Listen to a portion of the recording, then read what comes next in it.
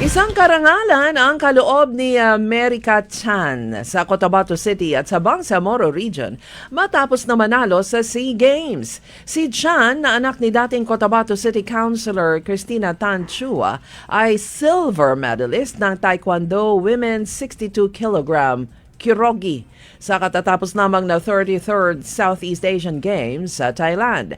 Bilang pagkilala sa kanyang karangalan at ambag sa riyon, mainit na sinalubong si Chan ng Awang Aviation Authority at ng LGU Cotabato City sa kanyang pagdating. Ito ay bilang pagpapakita ng suporta at pagpapahalaga sa kanyang natatanging tagumpay sa larangan ng palakasan.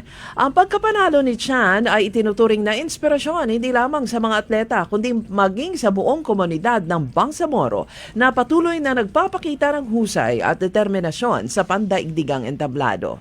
Si Merica ay nag-aaral sa National University sa Maynila.